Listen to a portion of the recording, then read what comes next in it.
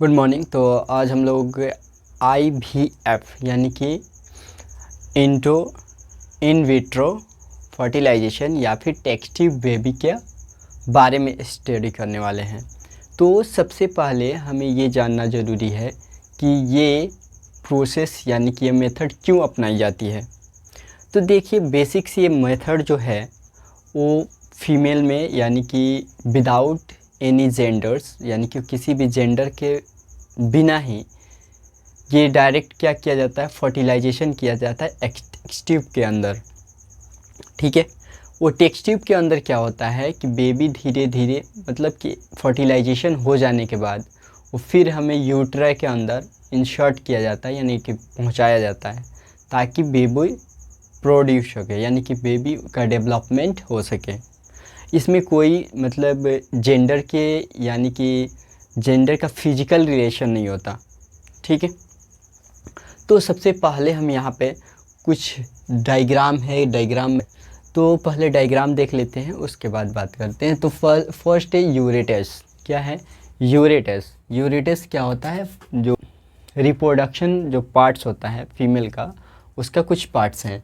तो सपोज है ऑर्बरी है, जो यहाँ पे आपको ऑर्बरी दिखाई दे रहा है, और फेलोपियन ट्यूब्स है और है यूरेटेरा, क्योंकि हम यही तीनों के बारे में ज़्यादातर बात करेंगे। अदर पार्ट्स बहुत सारे पार्ट्स होते हैं, वेजाइना वगैरह बहुत होता है, पर उसका डिस्कशन यहाँ पे नहीं करेंगे और ना ही नाम मेंशन करेंगे क्योंकि हमें उस पर बात ही नहीं करनी।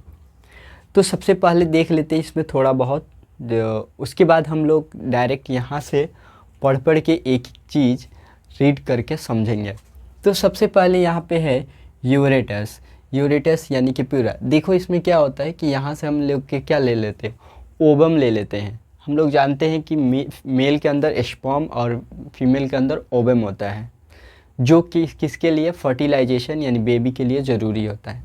ठीक है, यानी कि रिप्रोडक्शन के लिए।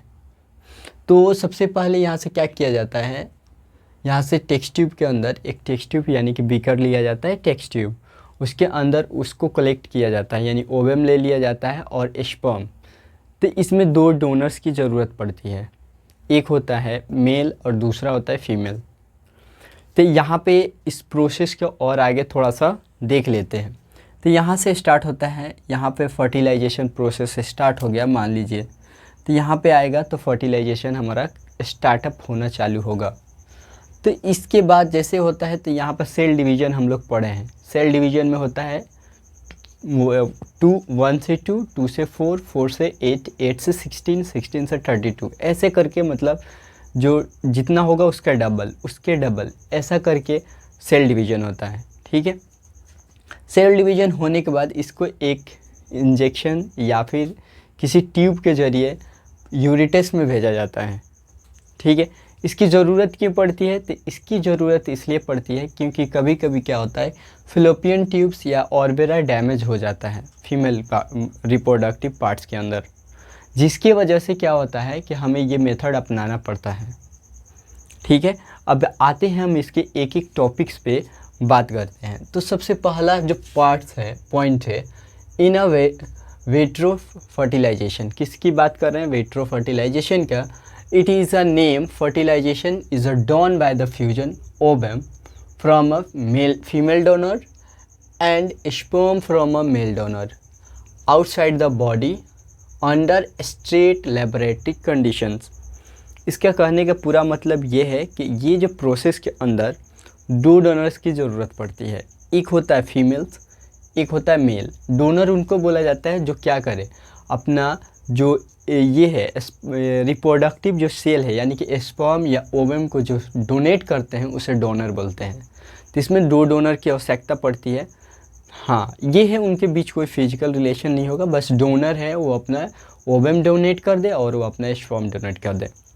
उसके बाद उसको क्या किया जाता है कि उसको बॉडी के बाहर, यानी कि ये बॉडी के अंदर फर्टिलाइजेशन प्रोसेस नहीं होता, बॉडी के बाहर उसको एक टेक्स्ट ट्यूब यानी एक लेबोरेटरी के अंदर टेक्स्ट ट्यूब में रखकर उसकी फर्टिलाइजेशन प्रोसेस अंडर कंडीशन यानी कुछ ऐसे टेम्परेचर, ये सारे कंडीशन होते हैं, ये सारे कंडीशन होते हैं जिसके अंदर उसको रखा जाता है ताकि वो फर्टिलाइज हो सके। ठीक है।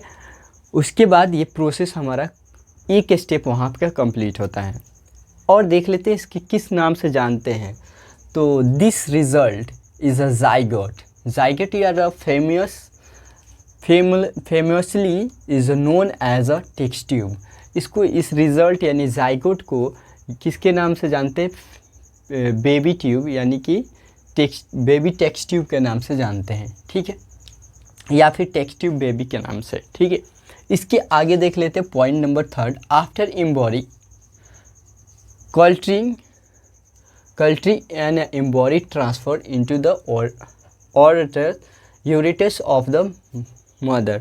फिर क्या होता है कि जैसे कि जाइगोट जैसे हो जाता है, जाइगोट होने के बाद यानी फर्टिलाइजेशन होने के बाद, सेल डिवीजन होने के बाद उसको फिर से हमें यूरिटस के अंदर इंसर्ट किया जाता है। जिस जो माँ बनने वाली है या जो माँ बनेगी उस फीमेल के अंदर उसको इंसर्ट किया जाता है, पहुँचाया जाता है।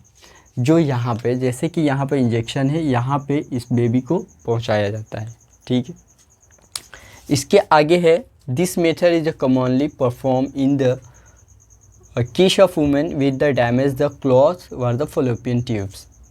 देखो इसमें क्या होता है कि ये कब होता है? जब फॉलोपियन ट्यूब्स क्या हो जाता है, डैमेज हो जाता है, तो ये मेथड को हमें अपनाना पड़ता है। ठीक है, लास्ट है the text tube is a baby is a product the successfully human reproduction. ये क्या है? सक्सेसफुली रिप्रोडक्शन है। That is a result from a method beyond the sexual intercourse between the man and women. वही बात है कि इसमें कोई फिजिकल रिलेशन की ज़रूरत नहीं पड़ती। हाँ, बिना फिजिकल रिलेशन के ही क्या होता है कि टेक्स्ट ट्यूब जो होता है, टेक्स्ट ट्यूब बेबी के ज़रिए उसको क्या किया जाता है? यूरेटस के अंदर इंसर्ट किया जाता है। उसके बाद जो भी जितने भी दिन लगते हैं उसके बाद ये प्रोसेस हमारा कंप्लीट हो जाता है। ठीक है, तो